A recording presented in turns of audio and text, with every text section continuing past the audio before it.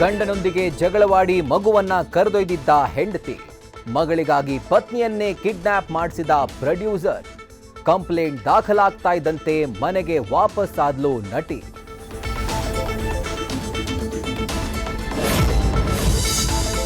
ಪ್ರಯಾಣಿಕರ ಗೋಳಾಟ ಆಯಿತು. ಈಗ ಏರ್ಪೋರ್ಟ್ನಲ್ಲಿ ಕ್ಯಾಬ್ ಡ್ರೈವರ್ಸ್ ಒದ್ದಾಟ. ಪಿಕಪ್ ಶುಲ್ಕ ವಿರೋಧಿಸಿ ಚಾಲಕರ ಆಕ್ರೋಶ. ಸಾದಹಳ್ಳಿ ಟೋಲ್ ಬಳಿ ಹೈ ಡ್ರಾಮಾ.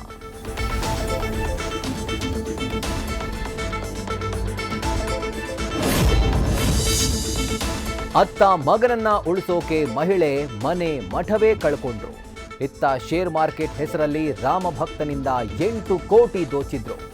ಸೈಬರ್ ಖದೀಮರ ಕಳ್ಳಾಟಕ್ಕೆ ವಿದ್ಯಾವಂತರೇ ಬಲಿಪಶು.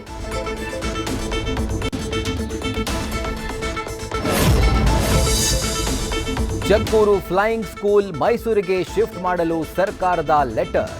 ಆವತ್ತು ರನ್ವೇ ವಿಸ್ತರಿಸೋ ಮಾತು, ಇವತ್ತು ನಿಲುವೇ ಬದಲು. ರಿಯಲ್ ಎಸ್ಟೇಟ್ ಮಾಫಿಯಾಗೆ ಮಣಿತಾ ಸರ್ಕಾರ.